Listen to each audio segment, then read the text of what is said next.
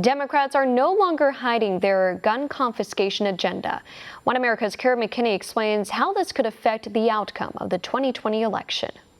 As more progressives join the Democrat primary field, ideas that were once considered to be radical are now gaining acceptance. Enter California Congressman Eric Swalwell, who has made the issue of gun violence a major part of his campaign. Taking to Twitter this week, the presidential hopeful called for a gun buyback program. Keep your rifles, keep your shotguns, keep your pistols. We just want the most dangerous weapons out of the hands of the most dangerous people. Despite these assurances, the 38-year-old has spoken at great length about his plans to have law-abiding gun owners turn over what he incorrectly calls military-style assault weapons. By his own estimation, this would apply to roughly 15 million guns nationwide. He did not hesitate to threaten prosecution and possible jail time for anyone who refuses to comply. What's the punishment for people who don't hand in their guns? Do they go to jail?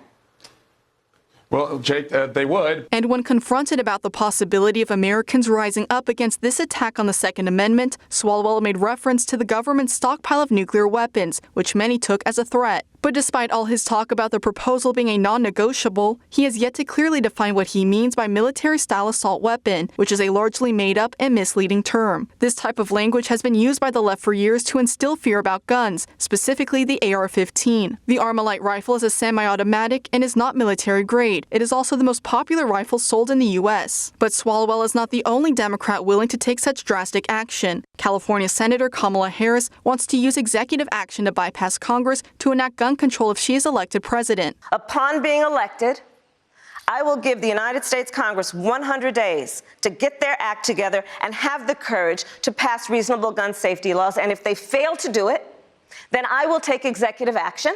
But what the left fails to take into consideration is that most mass shootings take place in gun-free zones and in cities like Chicago, where there are strict gun control laws. As many on the right point out, murder and violent crime in the U.S. has actually been declining since the 90s, even as gun ownership has increased.